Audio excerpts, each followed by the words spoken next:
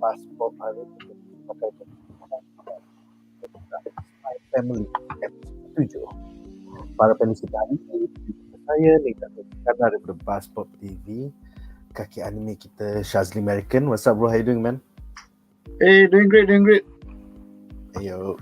Seterusnya anime sensei kita Anri Alwi. What's up man? Sup, ha, chama-chama and konnichiwa. Konnichiwa. Kau memang suka VTuber tu. Love. Seterusnya kita punya tetamu kita daripada UK, Kudo. What's up bro, how you doing man? Fine, thank you. Konbanwa minasan. Nice. Alright guys, jadi kita akan mulakan perbincangan kita malam ini dengan reaksi satu ayat.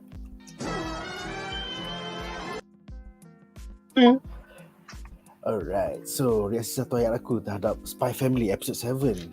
Cute-nya. Budak ni nak minta maaf je kot.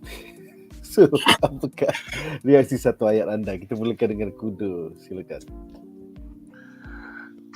Mula-mula benci, rupanya sayang. Nice. Seterusnya Syaz, silakan Syaz. Tak pernah aku tengok orang tu nak minta maaf tau. Fake tak kisah. Tapi macam tak boleh nak minta maaf. Ada je benda menyemak kat tepi je kan. Nice. Seterusnya Andri, silakan Andri. My reaksi satu ayat is actually a number. It's 180. You hate Damian last episode and then you find him lovable in this episode. It's so good, the writing, all the plot ideas, how the story they spread out. It's brilliant. How can you change emotions for character this fast, this quick, this smoothly in the show? It's bullshit. This is too good. It's 180. Actually, This will lead to a meme that's going around on Twitter. I've seen it. Yeah, I've seen it. We'll show it later. Macam ni. Alright guys, so kita ada beberapa komen ya. Caleb Paul mengatakan great episode. Manakala Yasir bertanya ya, soalan menyimpang. Dia bertanya aku tak tahu panelis dah baca ke tidak. Betul ke Hunter x Hunter nak habis? Lagi 4 chapter. Siapa yang jawab? Sekejap. Hunter x Hunter last I check benda tu on hiatus.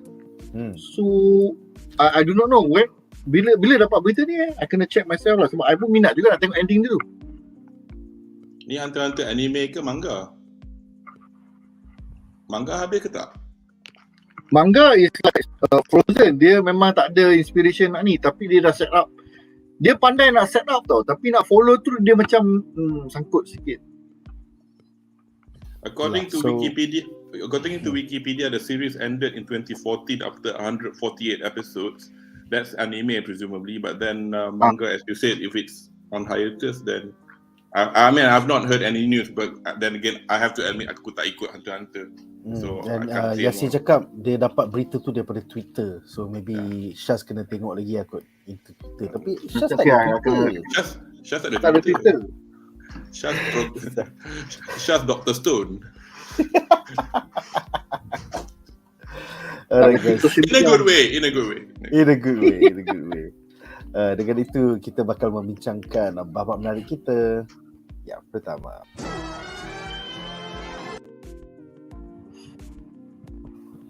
Alright, jadi segmen pertama kita adalah tentang ANYA Apology Mission, di mana kita nampak ANYA cuba berkali-kali nak apologize kepada Damian, tapi ada saja benda yang berlaku. So dalam segmen ni kita ada dua soalan. Soalan pertama adalah untuk anime watchers seperti Andri dan Syaz.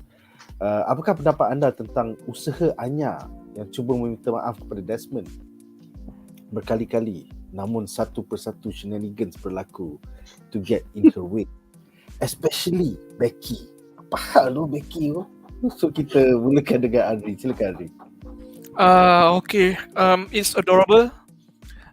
It's endearing. But I think Becky has become sort of like the new MVP for ANYA, basically. She's right now her foil in the whole school, her only friend. I think we can call her cockblock Becky, because she's the roadblock in her development relationship with Damian. I mean, kalau dia tak ada, mungkin dah bermaafan, having lunch together, but no. Becky being tsundere Ojo sama, very I'm pretty sure there's already the Damian Anya shippers, and also now Becky Anya shippers now, because I will not stop or anything way. They even ship bullshit characters with bullshit characters. So I'm not surprised, but I have to tell you honestly, Becky is like a supporting character, and every time I see an anime show, aside from the plot and the character itself, I want to see how strong the support character is. And Becky, for some reason, hits home.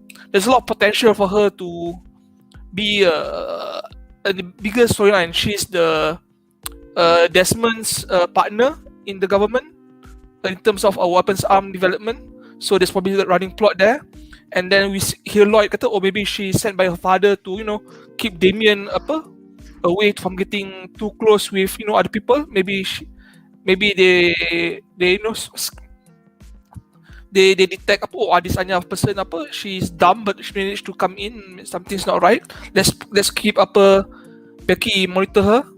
That's another way to go about it. So in terms of the supporting cast character, is very good. We have scruffy hair. We have even those two idiots that follow Damian around. They serve their point. They're annoying as hell. They're basically vultures on Damian, but they serve their point. They were intended to be annoying, and they were 100% effective in this. But as far as the apology goes, this is typical kanak-kanak minta maaf tau. It's not easy for them to give such heartfelt apologies. They say sorry, let's be friends, and blah blah blah. But Anya took this to a step further, because unintentionally she get read all the minds talking to her tau. And it explains why she becomes so emotional with that apology, and Damian mistook it, so it's hilarious tau. It's supposed to be touching, but it's actually all a misunderstanding tau. Nice. Yeah. Seterusnya, Syaz, pendapat kau tentang Anya and the apology mission? Aku rasa this is like classic anime style comedy tau. It's like you try to get something done, ada je badut somewhere coming out from like from left field, like dia nak halang ni. I didn't expect it to see in this scenario dengan budak-budak. So macam Becky tu it keeps Anya very bukanlah honest, dia macam she's exactly the kind of friend that you will make masa kau budak kan. It's like, okay, kita gang sekarang, I will take care of you because I'm the One-chan, that kind of thing. Dah lah dia Ojo sama kan, orang kaya punya girl. So bila dah kaya tu, lagilah kau punya One-chan punya mindset come out.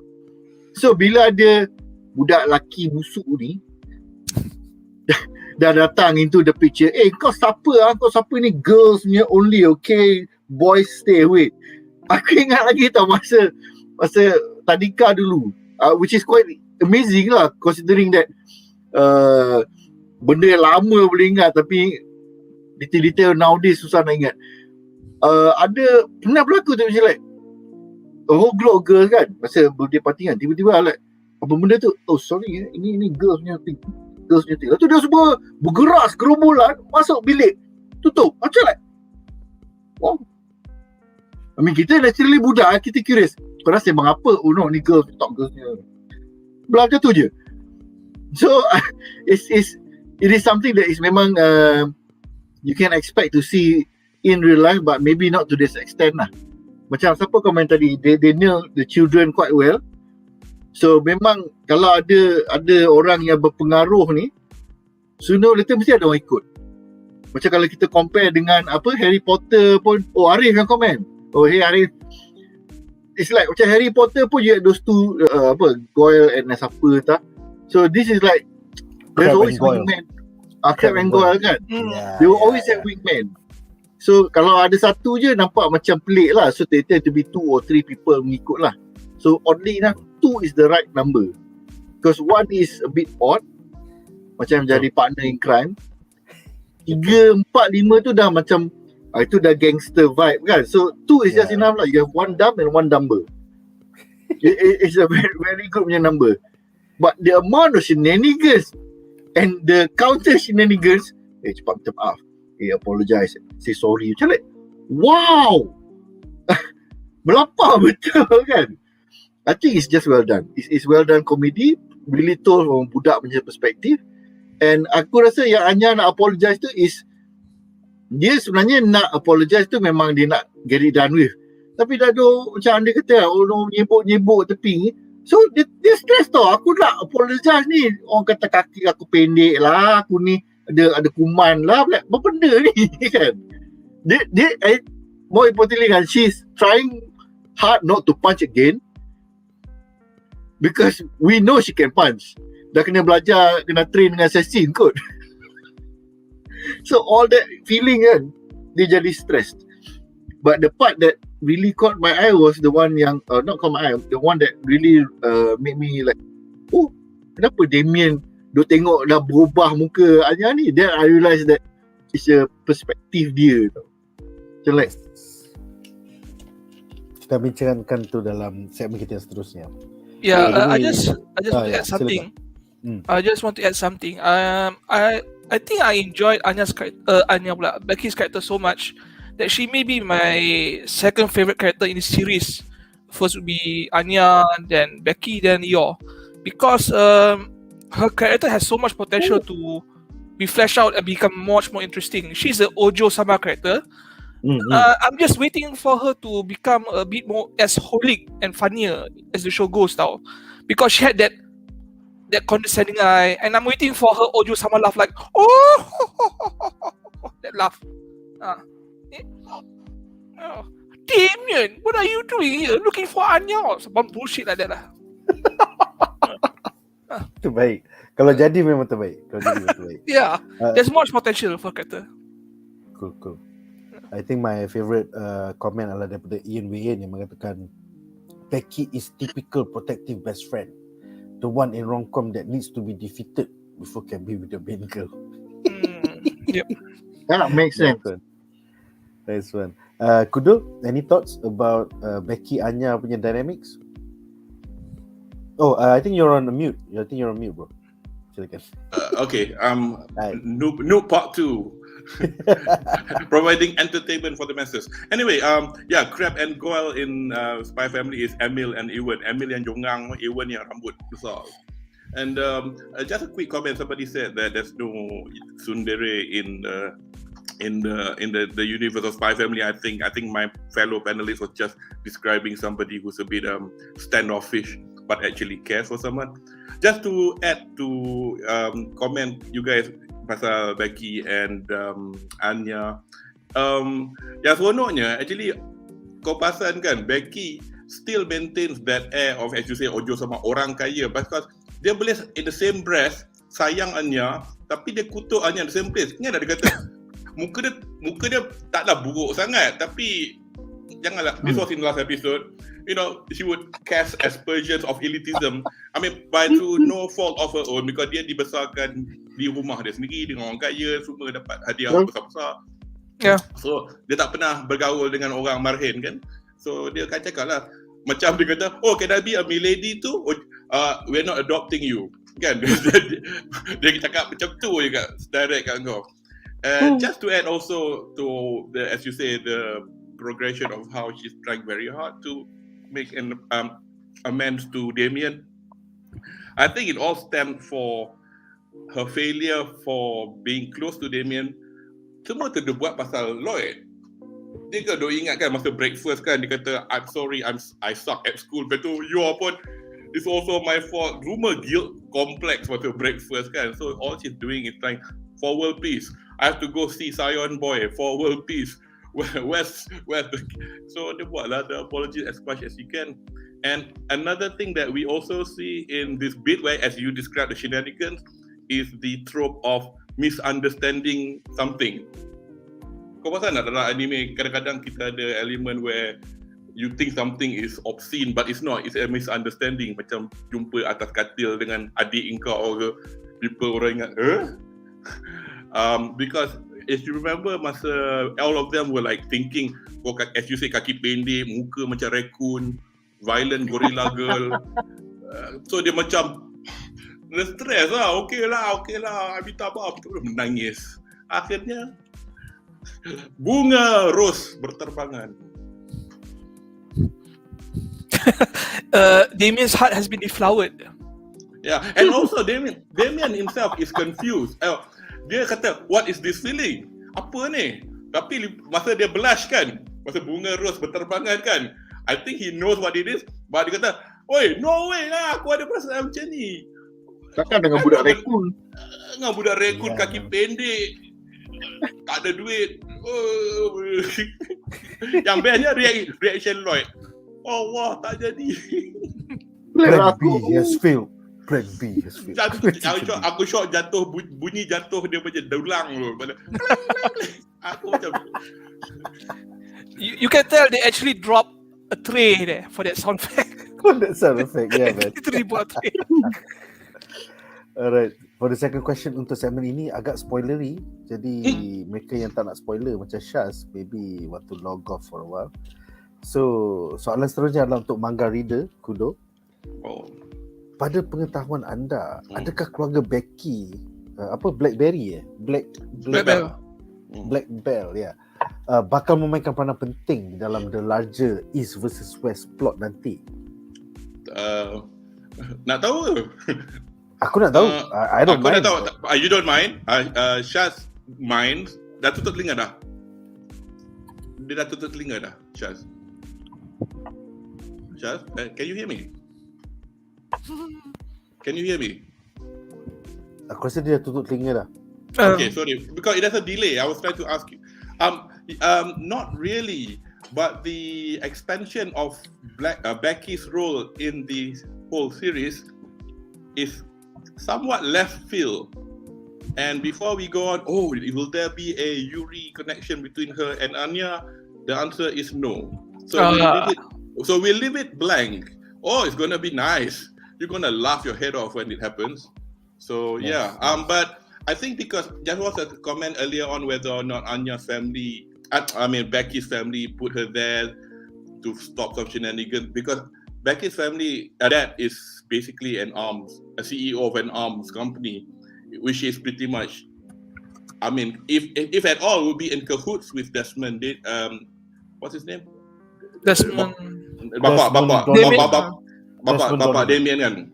Yeah. So Bapa Damian is a minister, so they'll be in cahoots, and there's no reason for them to use Becky as a spy, in my opinion. So she's just there as a main, kind of like a main supporting character lah for this whole thing. But aku dah baca sampai habis dah at the moment to where they are now. The family hasn't popped up to solely do something, so they might do later. I can't say that they will, but yeah, they might do later.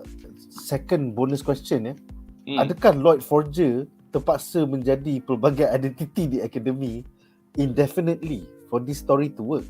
I mean, we saw it dalam episod ni, kejap jadi waiter lah, kejap sapu lantai. Yeah. That he will do. It's of no consequence to the other characters or the plot, because he becomes somebody else every single time. So orang tak tahu pula kan, it's that guy again.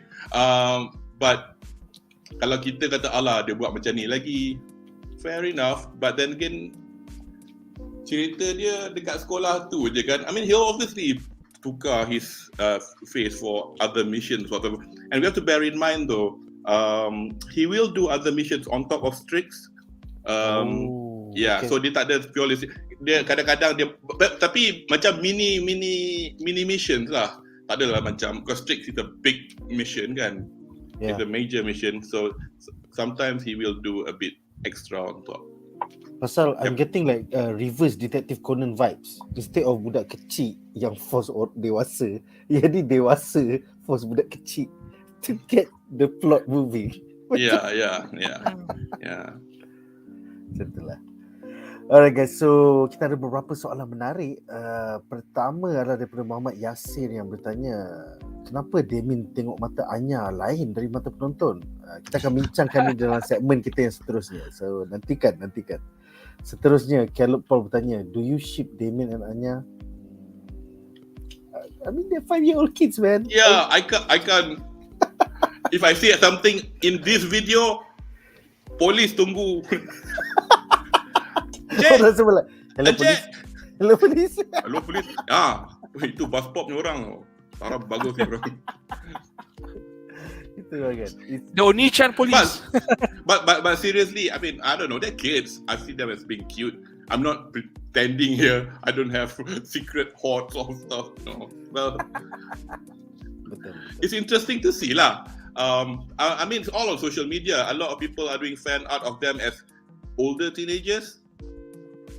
Yes. And beyond that as older teenagers. Wow. Rule 34. I heard. I don't know. Okay.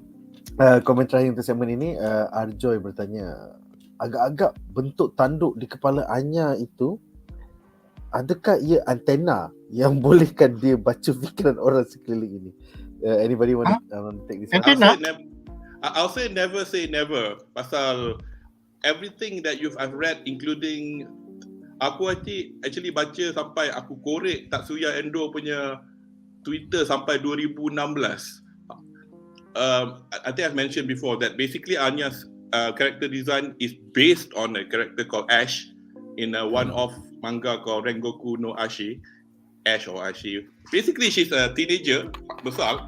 Rambut ada dua. It's basically ni triangle tu which punya triangle code. Kan kalau you draw cartoon witch kan. Tapi basically pendek tapi dua. So it's basically basically there are hair decorations. And Ashi has a black and gold robe which looks like Anya's Eden Academy robe. So that's where Tatsuya Endo got the character design. I mean based on that. I mean it's pretty much just type Rengoku Rengoku no Ashi ASHE. You'll see it on the deck. But nobody has said anything. I mean, why should he tell us what's underneath that? I mean, the people are saying that she never takes it off. I mean, kau tengok kan dia bangun breakfast, dia buka her nightcap, you could still see her. So if she's hiding something, we do not know. So it's never say never lah, in my opinion. Oh, and then there's also one Endo does usually do little one page thingy macam hari tu dia buat benda-benda aksesori untuk characters. Pisau yo lah apa. Before Anya punya tu dia kata little witch hat je. Dia tak kata benda ni antena apa. Tapi kalau dia sorok tanduk ke apa, kita tak tahu. Next one. Because we do not know about her. Aku rasa dia panggil witch hat tu is to match dengan dia punya toy. Dia kan at the age of learning what is fantasy, spy and whatnot. So this one is my witch hat to match with my chupacabra whatever. Yeah, and also macam lagi satu pun bukanlah nak kata it's a clue, but the fact that her toy is a chimera, which is a mismatch of different creatures, different parts, made of different parts, like lion, singa, campur dragon ke apa. So foreshadow. I don't know. Yeah. So never say never lah. Kita tunggulah. Kita nantikan. Anyway. Sorry. Baru episod kedua, you're taking over my job already. Alright, so komen terakhir adalah daripada Ian Wayan yang mengatakan dalam novel adaptation ada scenes of cute budding romance between Anya and Damien outside from influences of other people. Novel. Menarik. Aku quite worried lah. I mean, this is a show about 6-year-olds, man. Okay, anyway, dengan itu kita akan ke babak menarik kita yang kedua.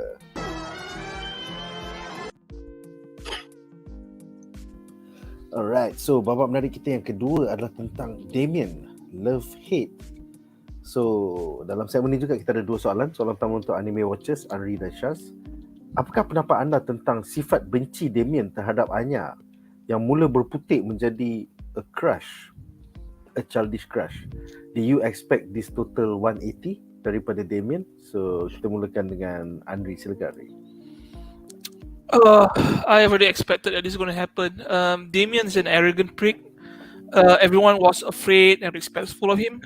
And then Anya comes along, becomes rude, makes an impression, punches him. Oh, before that, Apple give him the smug look, more impression, and then punch him, even more impression. So she left an impact on him, emotionally and mentally. So for him to fall in love with her, it's actually quite expected because she's the most interesting person that he knows in this life. Possibly the only person that he cannot actually guess what's going to happen. So there's an attraction there. But you have to understand that Damian's like 5, 6, 7 year old, belum balik, doesn't have actual natural interest in girls. What he is having is an infatuation. If he and Anya went out to as boyfriend and girlfriend now, they wouldn't know what to do.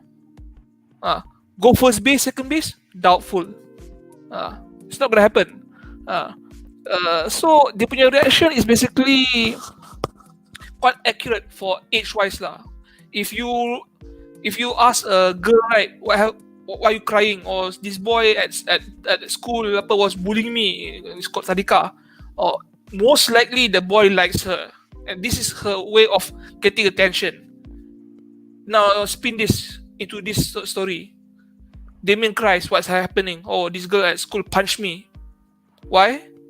Because she wants to be his friend, because the lawyer asked him to. But he doesn't know this.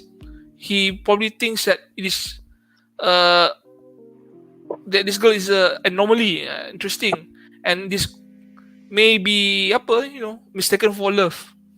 What was mistaken for love could be transformed into real attraction, real love. So this love-hate dynamics actually is like a story. Well done. It's accurate. Or I don't know what else to say. It's not like Twilight or Force or like the progression of that Harry Potter pair, Ron and Hermione. Yeah. Or what the hell? Suddenly. Okay, Syaz, silakan Syaz. Your thoughts about Damian's infatuation dengan Anya. Okay, before we go on into this, I think we should clarify lah that banyak viewers yang tengok this show kan, they seem to imagine that the moment that is shipping ni kan, oh, this is going to be adult love sampai ke Jinjah pelamin. Mengaja ke pelamin, maju perkahwinan sampai ke cucu cicit. Relax lah. Don't kita jangan terikut dengan the overreactors dekat country lain. Masa when I was 6, I like this some girl like Vivian. Tak kenal pun, tengok dia jauh je. Lepas 2-3 hari lupa. Vivian kat sekolah menengah kita ke bro? Vivian sekolah aku tak tahu. Aku tak tahu. Tadika. Vivian, his number is 01. No, tak tahu apa benda. Amin that girl so cute. Yeah. Lepas 3 hari kan, tak ingat dah. It's like is she cute? No.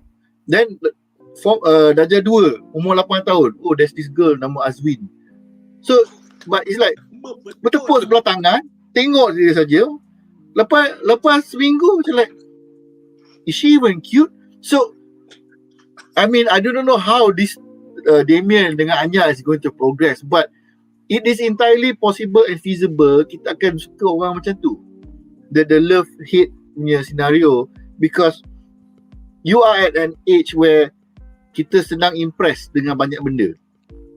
So from that point, moving into this Damian punya story ni, dia dah biasa dikelilingi dengan orang yang simp kepada dia. First, Damian ni dah satu. He expects people to call him Sama ke San.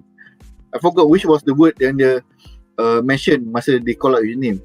Because everybody around him calls him that. Wah, yang master, wah, San, wah, hebat. Tiba-tiba budak hingus busuk dengan kuman muka macam raccoon semua ni. Macam like, kau siapa? Wah! Manalah Damian tak celaka perempuan ni. All the other girls all like sibuk want to get to know me. Like this girl like tu dia punya wow. Itu yang macam kategori The Great cakap tu kan, emotional damage bro. Like kan lah dia tak kejar aku, tak nak ambil kisah macam aku, kena pula tu. And betul bila sembang kena penumbuk. Memang dia akan ingat lah. So bila yes dia okay, Anya trying to smile, tapi sebab dia tak biasa smile macam Yor who has practiced how to smile as an assassin, so dia pun senyum lah. Sampai mata tak nampak. Tapi as you know, communication itu senyuman paling tak ikhlas tu. Senyum macam betul, yes. Macam mana makanan tu sedap ke tak? Sedap. It's like dah lah the artist managed to draw the eye. Dia bukan macam kita kan, you have the natural shade kan. Dia macam ada curl lebih sikit tau. So like itu yang Damian tengok lagi, kau hajar berada dah sengih kat aku kan. Because mana ada orang smile so wide in his experience. So bagi dia, wah ni nak cepasal ni. So dah lah kena tumbuk. She talk back kan. And then now senyum pelik. Kenapa aku senyum macam ni lah? These are things he has never experienced before.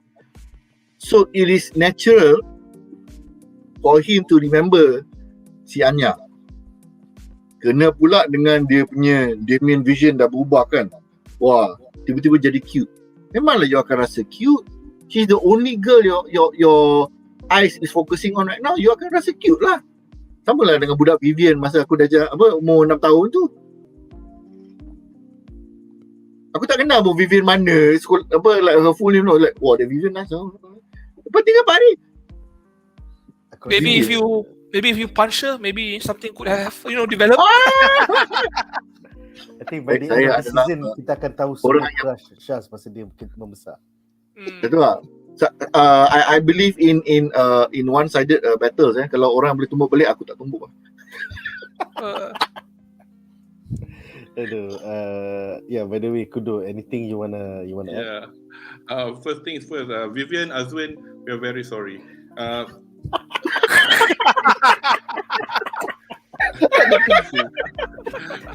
PM me if you want his number. Anyway, or you can go to UNTUK. Never mind. Anyway, he likes to go shops like anyway. Okay, yes. How about Damian? I think somebody pointed it out just now. Oh God. His name started with A just now. Sorry, brother. You bagi comment tadi. Arjoy. Yeah, Arjoy mentioned about him. I mean, like you guys could mention, that punch. Never has anyone done that to him, kan? Kan, benda macam we've seen this before in any other stories where langsi ya perempuan ni, in the end bercinta, things like that. And of course at the same time dia being a budak, he's being confused with the fuzzy feeling that he had.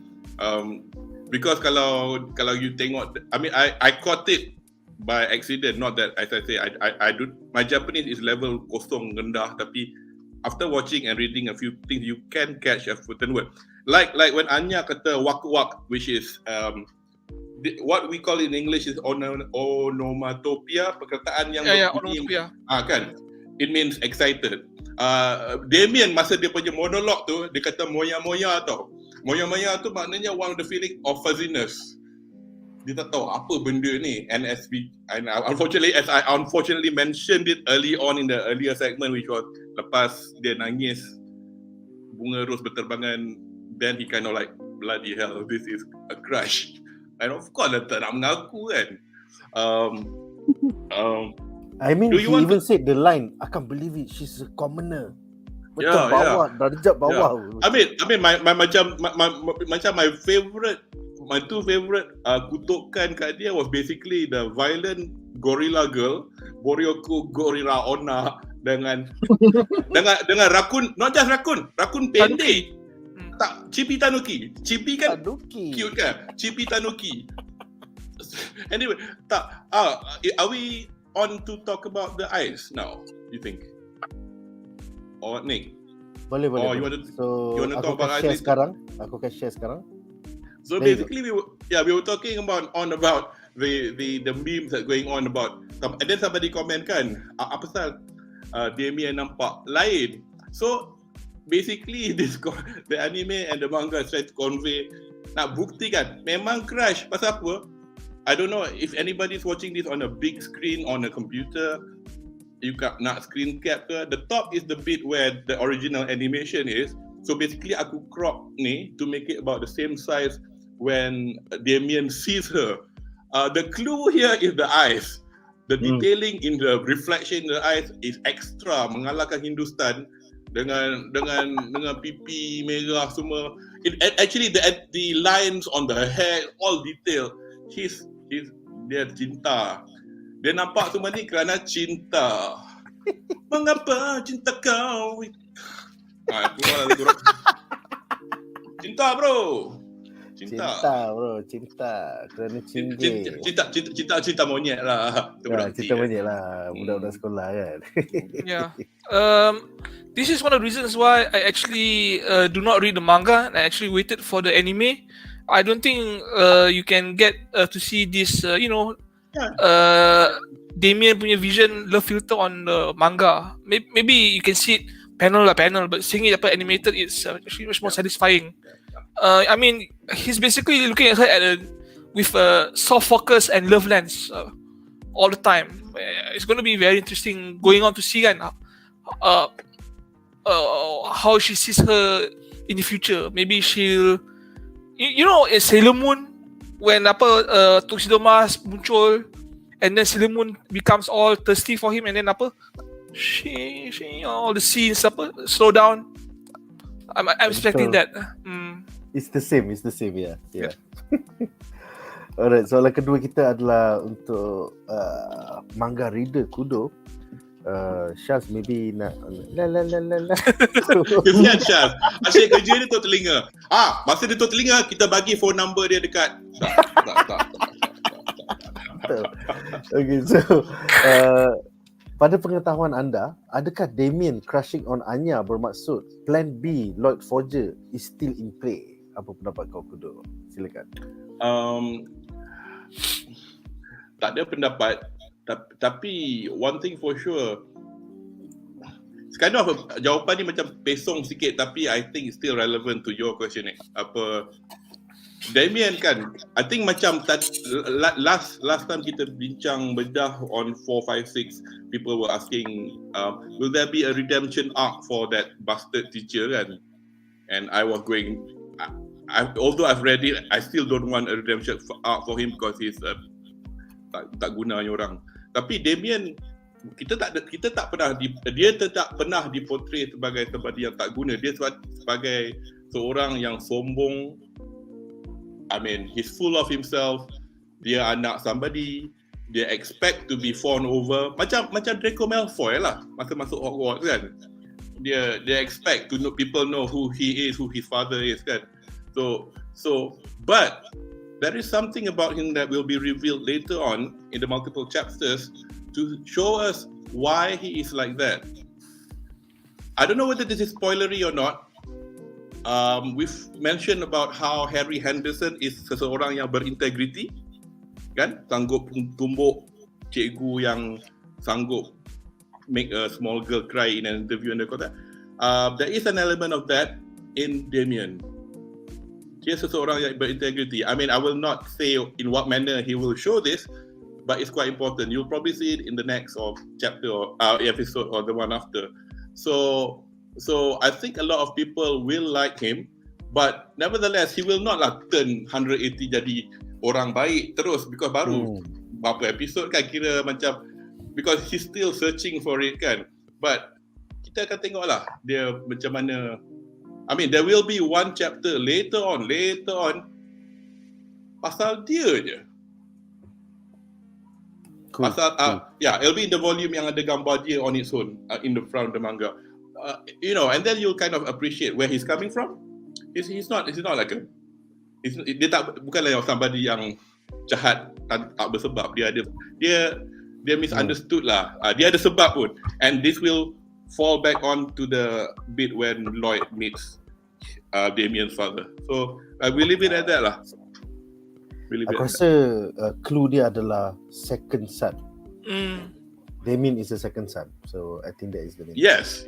Abang the Imperial Scholar. Dang. I think did we know that not? No, we do not. Now we know. Okay, Shaz, dah okay dah. Shaz, dah okay. Yeah, I forgot to ask this. Was it confirmed that his elder brother was an Imperial Scholar? Yes. I think it was mentioned. It was mentioned, was it? Yeah, I think so. I can't because when you read so much you can't remember where it was. So then aku macam I think it was. I'll tak, because we only met Damian last episode during the orientation. No, but not we've only met him, but we know about him early on because through Operation Stick was introduced. Operation Stick. Sementara nanti korang discuss, aku just quickly have a look lah. Okay. By the way, kita ada 2 komen menarik untuk segmen ini. Pertama adalah daripada Dini yang bertanya, Operation Strix ni agak-agak berjaya ataupun tak? Confirm berjaya, tapi bukan by A, B or C. Dengan doa restu para peminat, tak ada. Kau dah baca 9 Tengkuban bro? Tak habis lagi kan? Operation Strix tak habis lagi. As I said before lah, it looks like Operation Strix ni macam wayang ini menggambarkan pencintaan antara dia in the background of the Second World War. You know what the Second World War is, right? So, they're not going to talk about the Second World War, but they're going to talk about the love. So, it feels like this. Because there will be along the story, aku tak tahu dia tersebut masa bila, there is a finite time frame for her to get those 8 stellas.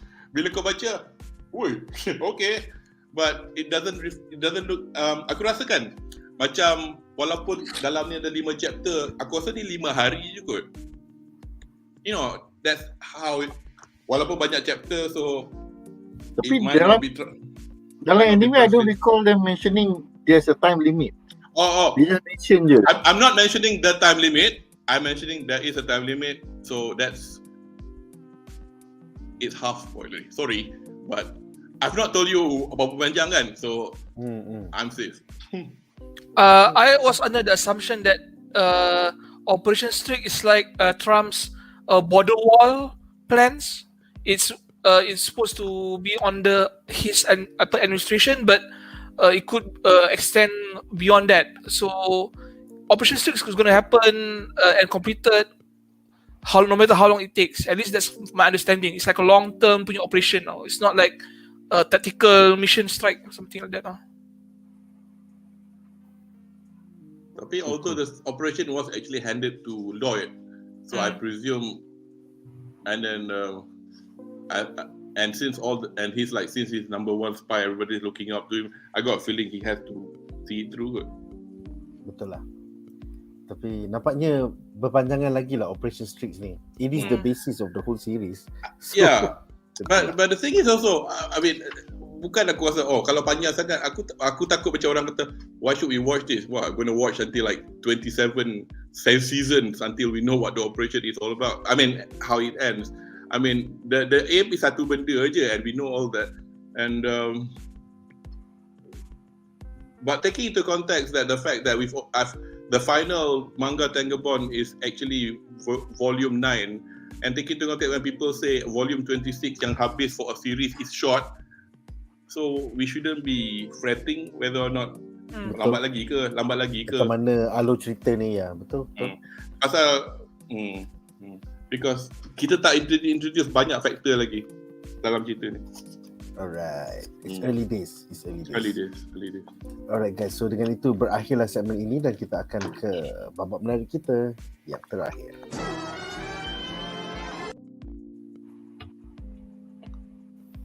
Alright, jadi babak menarik kita yang terakhir adalah tentang Yuri, Misteri, Adik Lelaki Yor. So, kita ada 2 soalan dalam segmen ini. Soalan pertama untuk anime watchers, Anri dan Syaz. Apakah pendapat anda tentang hint tentang kisah silam Yor dan Yuri yang disentuh sekejap saja di penghujung episod ini? Serta apakah pendapat anda tentang cara Yor pandai memujuk Lloyd yang frust to look at the problem from another angle, bagaikan couple yang sebenar. So kita mulakan dengan Andri, silakan Andri. The whole you're giving Lloyd all these ideas on how to proceed with ANYA in school. It's a natural thing because you're, despite being slow, socially inept, she's a good person. So she has ANYA's interest in heart. She's an assassin, but for some reason she's the most heartful person in this family. I mean, Anya as a kid, her only interest is herself. Lloyd's mission base. Yours basically there because she wants to help Anya and Lloyd. And also, this shows kind that despite her occupation, she is the heart of the group now. And I think it's going to backfire in the long run once the truth comes out about Lloyd. It's going to be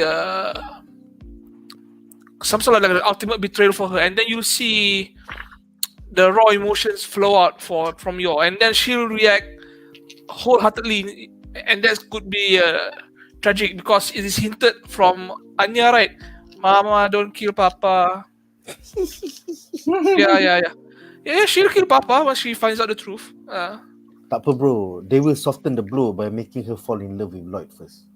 I mean, she probably, I think she's already falling in love with him, but you don't understand. Her kicks are faster than her heartbeats at this point now. You see the last 2 episodes when she kicked Lloyd kan, and then Lloyd elak kan, the wind pressure cuts surface skin. So you can just imagine kan Yor becomes 200% pissed when she finds out the truth. Oh yeah. And Yor okay. He looks a lot like Yuri looks a lot like Yor. That's all I'm going to say. I'm pretty sure that there's going to be a Siscon complex coming up soon. I'm expecting Siscon. How can you marry? I just want you to go have a date. Now you're married, living with a guy. Dah nak semua. Oh fuck. I'm expecting to see some funny shit overreaction. I think this picture, right? I'm pretty sure she's gonna get beat up by Yor, the guy who injured him, because he probably do something annoying or embarrassing, mention something embarrassing to Yor, and then she gives him the scissor kick or something lah. Wow. Yeah. Menarik. Yeah, because Yor is the loving one, and Yuri is the smart one, and I'm going to assume that because of Yor's giftedness in fighting, Yuri is going to be a masochist. Dah biasa kena bahasa. Yeah, and it looks like even masa dia membesar, Yuri was always looking for Yor's acceptance in a sense. He's always looking for approval from Yor, yeah. Siscon confirm. Siscon, Syaz, silakan Syaz.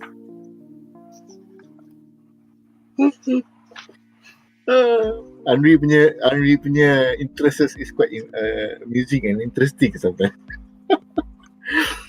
Okay, firstly aku kena disagree dengan Anri on one small thing lah. You did not agree to the marriage out of the kindness of heart alone. It was a convenient fact that seorang ni, kehilangan isteri dia, anak dia pula, mama, Iris, mama. So like opportunity, mengelakkan daripada dah lah kena mengumpat kat office. Nanti kalau benda tu become even worse, government agency duk tengok, kenapa ni tak kahwin lagi kan? So it is a marriage of convenience of someone who is like Paul kebetulan mencari bini kind of thing. Like, wow, that is so perfect. The timing of them showing Yuri dengan Yon is quite interesting because of course later on we see in the episode that he does come out in the, was it post credits ke or towards before the credit, aku tak ingat, but anyway they did show Yuri saying like dah kahwin semua kan. But here's the thing tau, Yuri dengan Lloyd share the same trait. Dia orang ni pandai, and dia orang setia dia orang pandai, and dia orang ingat dia orang ni pandai sangat. Because satu penyakit orang pandai ni, there is a lot of times they might end up being perfectionist. Aku pandai, aku patut boleh buat benda ni, kenapa aku tak boleh buat? Why can't I do this? They overthink. They will try to fikir how to solve it, when padahal sometimes you cannot solve it. And orang pandai susah nak nampak benda from this is an unsolvable problem punya perspektif, which is where Yor comes into play, because dia dah berpuluh tahun deal dengan orang pandai ni, which is adik dia Yuri. So dengan setakat Lloyd ni, alah, tak ada hal lah. Dia like, instead of looking at it the problem, why you look at it from a different perspective? Itu yang macam aku suka bila Lloyd realise that I have to be the perfect father first for her to be the perfect student. Aku macam, oh, betul. Okay. I like that phrase because because Lloyd has always been about efficiency and working on his own, so he can solve anything sebab dia pandai. So dia punya people skills is actually shit, because he knows just enough to get by, to get people punya trust, so that they will give him the information that he need. But to really become friends with people, to really understand people, it's actually sad to say lah, the ability to interact dengan orang and to memahami orang is actually a talent that some people have in spades, and some people they need to learn how to communicate, and even then dia communicate banyak pun they still cannot get it. Kenapa kita ada blank comment tu? That's a super sticker that you can only see on YouTube if you are on the YouTube comments. Yeah. Oh ya ke? What sticker apa? Basically sekarang BuzzPOP viewers boleh super chat ataupun super sticker. Dia macam donation, macam push super chat. So then you'll get like a emoji ataupun a sticker lah, which is now blinking on YouTube. Oh, you can see lah because you're looking at both screens at the same time kan? I cannot see the sticker as well. Yeah. Because I'm on the StreamYard back end, not on the YouTube. Oh, okay. I hope it's a good thumbs up or something ah. So thank you Amian. Thank you a lot. Thank you. I was hoping to get a question or something there, boleh kita jawab kan. Normally macam VTubers, they will, bila ada super chat, dia orang akan ada raise an important question or macam like notice me senpai, dia orang aku bagi Andi lah. But anyway, benda macam tu is usually it comes up with a question. That is the super chat function, but I think this is a super sticker function. Dia ada double function, ya. Double function. Aku lost track. Aku dah cakap tadi. If we are talking about Yuri dengan okay, the ability to communicate with others and to empathize dengan others, these are actually sub skills yang kita boleh belajar, tetapi some people dia punya ability to empathize is much higher than others. Contohnya kan, kalau you suruh saya jadi cikgu kindergarten atau cikgu sekolah, memang mati lah. Masa when I was a kid, masa sekolah dulu, one of the top 3 things I wanted to be is like become a teacher. But then when I grow up, like, mujur, I tak jadi cikgu because my empathy is not so good. In a small group, yes, mungkin we can focus. But bila ramai-ramai, empathy with different age of people takes different kind of skill. Cara kita communicate dengan orang tua, our peers, dengan bosses, public, people younger than us, each of it takes a different skill set. So what does all this have to do dengan karakter Lloyd ni? because he has always been living a different life. There is no real Lloyd adult per se, because his entire adult life from the looks of it, and mungkin younger than that, mungkin masa dia high school pun dah start belajar, has always been, apa nama dia nyekut dia Midnight Twilight. Yes. Taso Gare. He has always been Twilight. So dia tak boleh nak bond properly with people who are not from the agency yang tahu who he is. So because of that, the super intelligent person memerlukan who is used to dealing with the super intelligent person, and empathy dia very high. Sebab dia akan senang boleh terasa bila tengok Anya lapar ke sakit ke, dia boleh faham. So it's a very good pairing. And dia punya simple flashback of interaction antara Yor dengan Yuri ni is the entire basis and justification we need untuk menunjukkan that dia dah bertahun dah deal dengan orang macam ni. So it's natural for her. So dia punya I tak tahu dia orang punya family punya growing up punya experience macam mana. Tapi kalau you imagine kalau dia ni 2 orang saja, memang lagi lah she has to step up as the Oni-chan punya karakter tu kan. So yeah, it's a very very good way of showing who she is as a character and dari mana datang dia punya big heart dia tu. Panjang sembang kan this point. I like it. Agak mendalam for a character yang tak keluar lagi. Yeah. How far away is he? How far away? Oh, okay. By the way, silakan Andre. Yeah, I just realised something. Dengar Shazli cakap pasal Lloyd, right? I think we all mistaken something about Operation Strix tau. We all think that Operation Strix is going to end once Anya dapat access to Donovan Desmond. But actually his mission was actually to influence Donovan Desmond. So probably after establishing contact, Operation Strix will enter phase 2 where they would influence him to make policy changes or something like that. Because in this episode, like they said, killing Donovan Desmond is easy.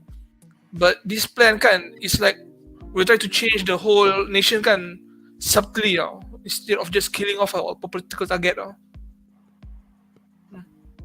So this could extend into a decade like what the Russian did in the US government they send the KGB sleeper agents and those sort of bullshit. I think you've seen these shows on TV, right? Raids, American Families, Americans. Dang. By the way, Kudo, when are we going to get to see Yuri, man? When? You saw him what? Ada. Post credits lah. Alah ya, versi kecil je. Aku nak like we had a phone call like in episode 2. Dude, lepas kredit ni bukan post credit yang next episode. Lepas post ni macam Marvel, lepas kredit tu ada one scene. Yes. Kau tak tengok? Aku kena pergi. Kau padam. Aku kena pergi tengok balik. Okay, tak. Okay, tak boleh. I mean, everybody's watched it. But he was with Dominic. Yeah. So basically, masa aku predict harapan minggu lepas, aku minta 2 chapter pasal to end the chapter with, because kalau tidak kalau satu chapter manga je, kita berhenti just before dia buat homework dengan Lloyd dengan Yor. Because Lloyd dengan Yor tu is the second chapter, chapter 11, chapter 10.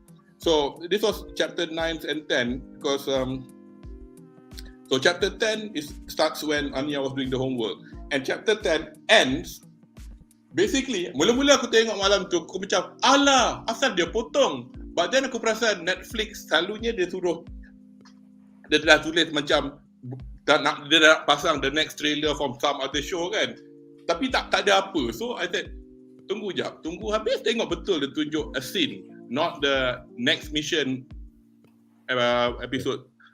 Anyway, kau nak tahu ke tak nak? Dia ada lah. It's okay. I'll watch it later. Okay, dia ada lah. So we will. Anime suka buat benda macam ni.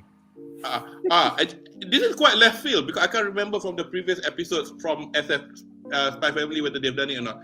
So I mean, dude, you've got the gambar from pretty much two chapters down the line, mate. Thank you, Uncle Google. Thank you, Google. Thank you, Uncle Google. Tapi yalah, ini tak ada konteks. Tak apa, orang kalau tak baca tak tahulah, tak kisahlah. But aku tahulah where it's coming from. So we have seen Yuri, albeit very briefly. So you go watch it.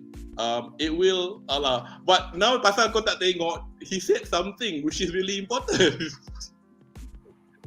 Sorry, Apalah. guys. Apa ni tak kisah spoiler. Aku boleh Ni tutup telinga.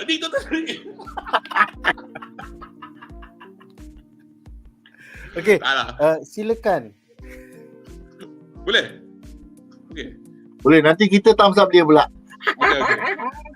Well, basically at the end of it, actually aku tak pasal aku tengok Netflix this time and it's up to the subbers lah of them translating because the word husband wasn't used at all, but it implied that she was married to Lloyd, hence him dropping the bag. Dalam manga dia kata wow, that party that other day, the one my sister came to, what was her guy like? Oh, yours husband? Congrats, by the way. Yang tu dia macam, what? My sister got married? So, I mean, he said that in the manga, in the anime, tapi macam Dominic didn't use the word husband. At this moment in time, we do not know yet what he does work in the Ministry of Foreign Affairs. We'll not spoil it. We'll watch it next episode. Okay, Nick. Nick. Ni tak pandang lah pula. Sekejap, aku check. Kita check. Nick. Oi. Okay. Kudo, your shirt, right? Azuki-chan lah. I might not have the other bits, but Yeah. shit, I'm on the internet. Damn it. It's okay, Nick, dah. By the way, Mute. kita ada beberapa komen menarik daripada penonton di rumah. I think the first one is Keep It Loki mengatakan teorem Pythagoras to 6-year-old. Gila doh. Ide academy ni. Tak, that theorem is aku faham dia ni genius tapi the timing is wrong because you know why? Dia orang tak tunjuk lagi that they already understand prosedur. So that was a bit like very very funny lah the timing.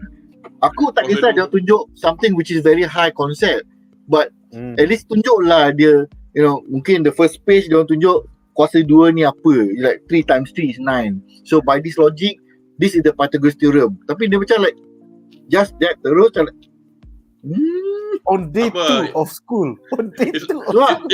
It's only a cartoon, guys. Gila, Anya macam mana tak tidur teorem Pythagoras terus. Betul mata macam ni. Pening. And then seterusnya Keep It Loki menambah yang berkata he sensed that some parents pressure their kids for good grades. Apakah pendapat panelis? Kita mulakan dengan Andri, silakan. I think for Indian Academy, yeah. I think it's obvious that every parent is sending the child to Indian Academy is basically the tiger mom, Asian parent stereotype. They're there to perform. No fun and games. Just entering that place, apa is like the some sort of death match. They're not there to make friends and have fun. They're there to score and graduate.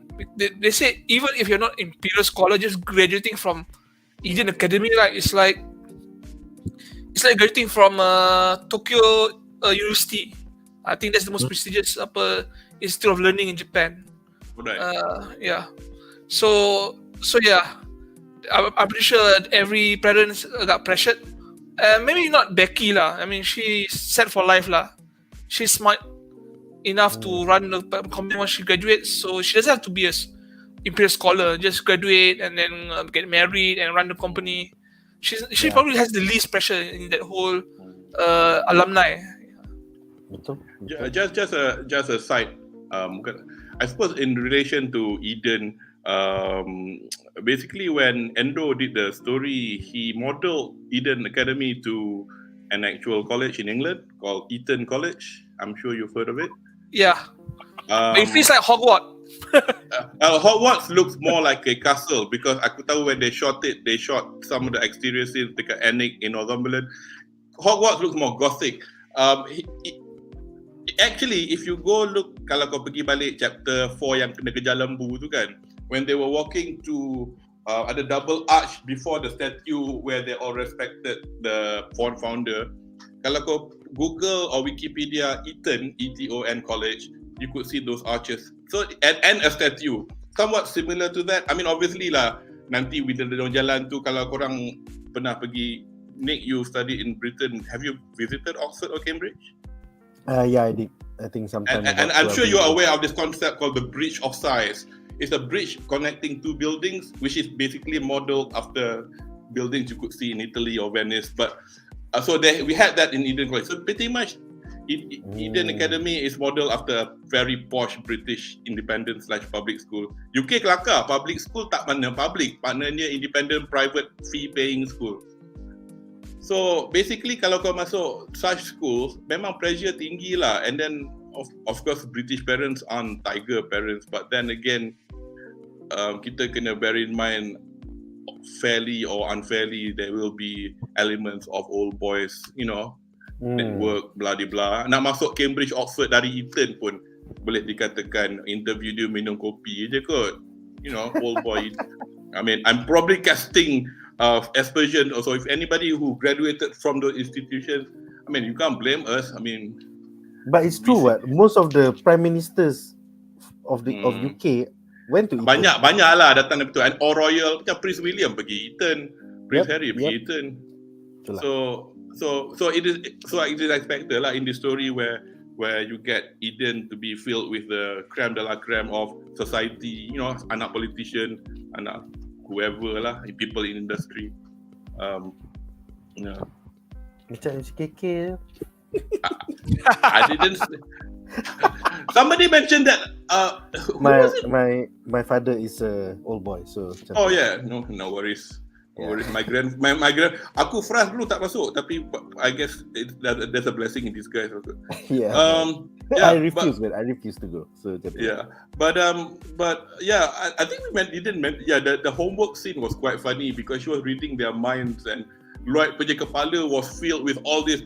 Kita kena buat ni, kita kena buat macam ni, kita buat tu sepening betul. Mak dia pula and like somebody commented kan, potong gingerbread man jadi 5. 5/5 A1. Tapi badan ni nak apa? Itulah. Do you mind me answering the question that just now about how do we know that abang dia Imperial Scholar? Abang dia ya, silakan. Okay, basically aku rasa I don't think I have overstepped a point, but it's pretty much inference from the actual script, from the actual manga. Nanti masa they gave the plan part B phase 2 of Operation Street kan, before masuk sekolah. Basically the handler just told him the Tonitrus bolts, the Stellar Star, blah blah blah. Nothing was mentioned of Damian, as you guys correctly pointed out. But when masa opening ceremony, when Damian came out, Lloyd was being smart, going, yes, I put her in his class. He's the second son. He's joining his brother at Eden, and knowing full well that the only way to meet the father is at an Imperial Scholar parent speed. You have to put plus 1 equals 3 together lah. That abang dia dah jadi Imperial Scholar. Dah jadi Imperial Scholar. Kita kena bear in mind juga. Kadang-kadang I don't know where anybody's mentioned this before, but we're talking about ANYA who's not probably even 6. Darjah 1. The wise expects Lloyd to have her get all 6. Sedangkan kalau tengok gambar-gambar Imperial Scholar macam budak form 6 kot, atau budak form 5 ke. Betul tu. Kan? kau masuk pengakap. Siapa masuk pengakap? Kau cup scout kan, Akela yang duduk bulat tu. Yeah. Aku nak anak kau jadi king scout. Nak kena penuh semua. King scout dengan sash penuh. Not just sash penuh. Macam my brother, dia troop leader kat sekolah dia. Penuh sash dia. Semua dia. Angkat kuda semua, masak ayam, semua dia. Tapi king scout atas lagi because Agong kena bagi. Macam, if I'm not mistaken lah. Aku rasa it feels like that. So getting pergi Imperial Scholar at the age of 6 is a high benchmark. So I don't know. But I'm surprised nobody's mentioned it because Lloyd pun macam aku kena buat dia. Because back to the bit where I think Shazli was correctly pointing out that he's not got any life skills. He kan tak ada. Dia ada life skills tapi he fakes it. Tak sama dengan genuinely being a father. He can fake being a father but he cannot. Dalam faking being a father, he cannot be a good father, can he? So, samalah juga. Anak aku, budak ni kena jadi Imperial Scholar. Tapi, oi, bukan budak-budak tu tua. So, I don't know. But that will be interesting to see lah. What was the other bit? Oh, that bit dah tengok. Yeah, that's about it lah. From trying to figure out. I just got one more comment lah kot pasal Yuri masa, bukan pasal yang bit yang kau tak tengok tu, but how your is quite motherly.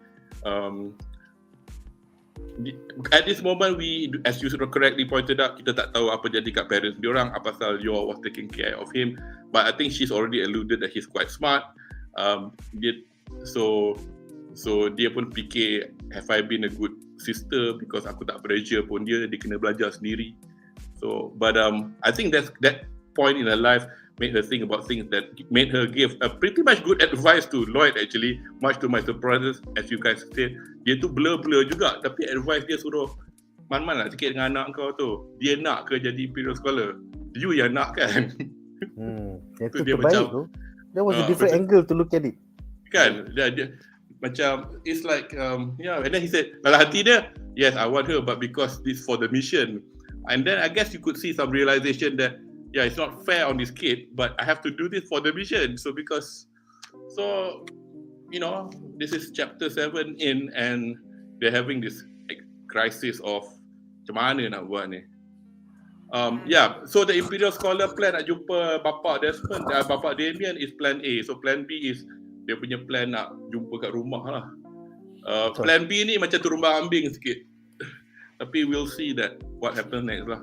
Yeah, I just wanted to add, right, it was hinted that Damian's brother was a scholar because in last episode kan, during the family group photo, right, Damian was alone there. The mother was not there, the father was not there.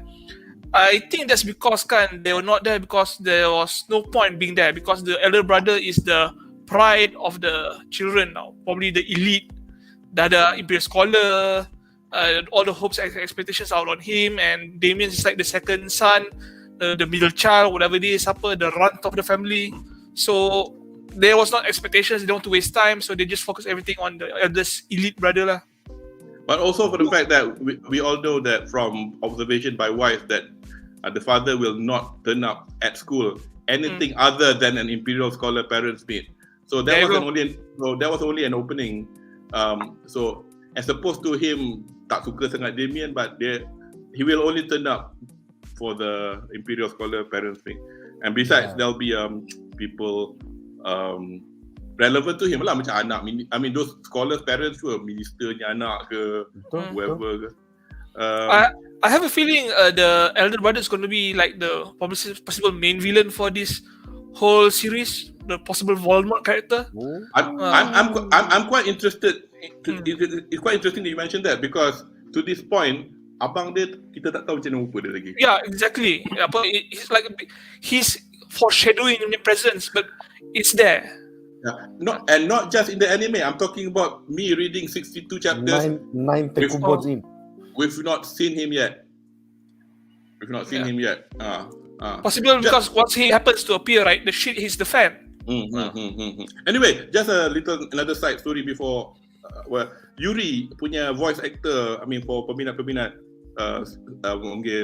trivia, is voiced by a chap called Ono Kensho. He's known to be the voice of Giorno Giovanna, Jojo, Golden Wind.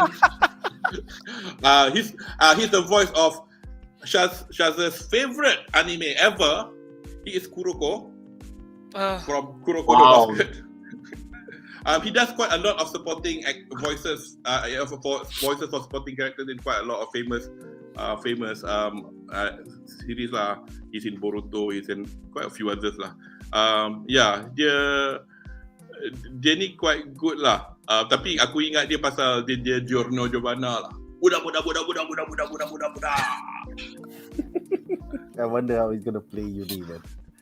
Oh, so, you have to go back after this. Fast forward to 24 minutes. Dengar suara dia. Alright, komen terakhir untuk malam ini adalah untuk Kudo. Arya A bertanya, Yuri tahu ke identiti Yor sebagai assassin? Ceng. Oi, ini spoiler actually. Spoiler. Okay, jadi Arya, kita akan bincangkan ni bila benda ni keluar eventually. Spoiler. Korang ni, the moment you say spoiler means this answer is yes. Apa?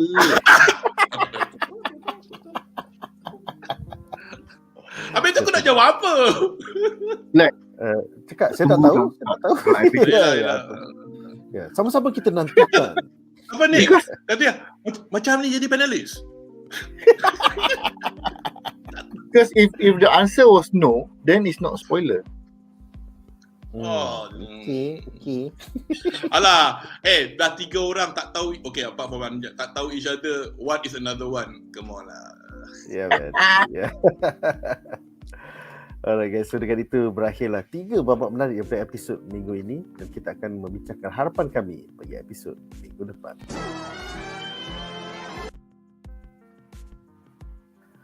So yeah, I think the wheels are slowly turning, and I don't know where it's going, but I'm enjoying the ride as we go along. So apakah harapan anda untuk episod ke-8? Kudo dah start gelak seorang.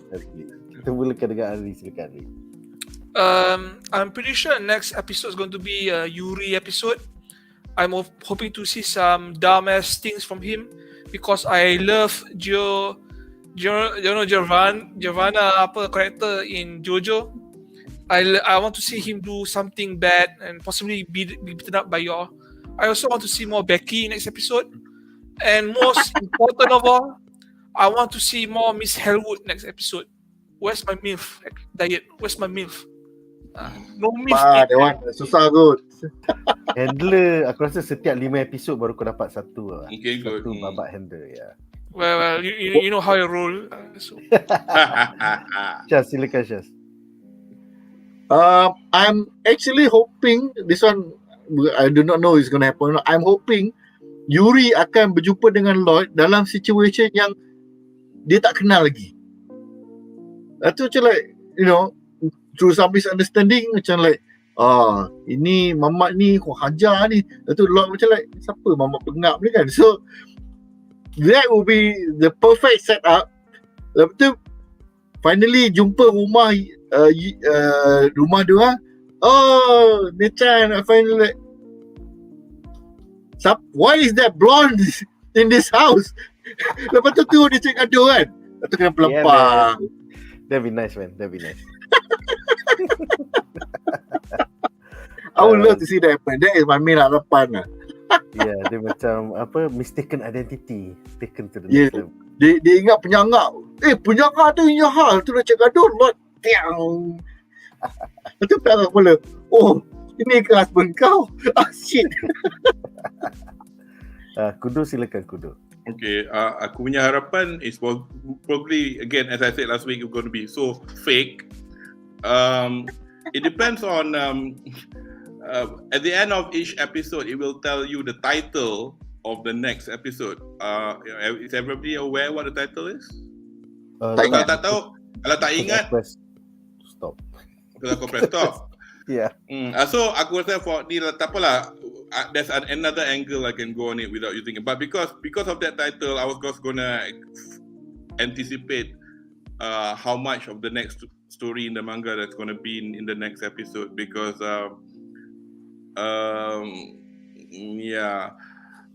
So I guess I can't say anything more, but you guys have alluded to it that Yuri might see Lloyd soon.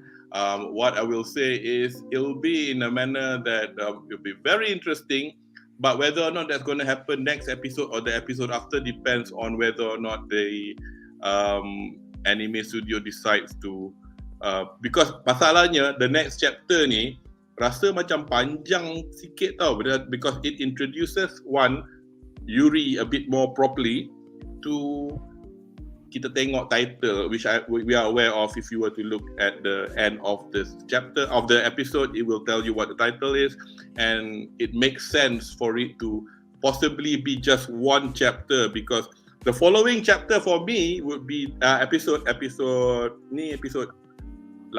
next one episode 8 ke? 8. I think episode 9 lah, get ready. Episode 9 you get ready for it, and I would anticipate that to be a 2-chapter adaptation. And just to kind of, I guess, since this is I don't think I can do next week, obviously, different time zone. I'll be at work, aku kena buang kerja kot kalau aku caught doing a panel. Doktor, why are you doing? Oh, tak ada, meeting. Zoom call. Saya tengah buat reaksi satu ayat, Dok. Satu ayat.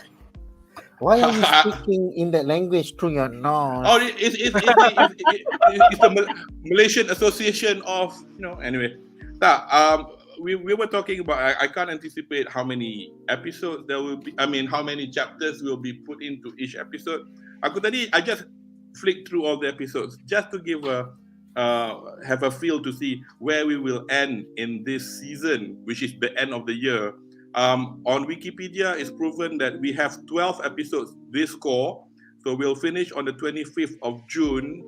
So we will have another 30 episodes. So 8, 9, 10, 11, 12. So kita ada 5 episode lagi after now, before we finish core 1. So 25 bulan 6 we'll finish on episode 12, and core 2 will to be announced, dia punya date tak tahu bila, so we'll start episode 13 then until 25, making it 12, 13. I anticipate that by the time we finish episode 12, it should be chapter 16 in volume 3 of the manga, because of something happened in it.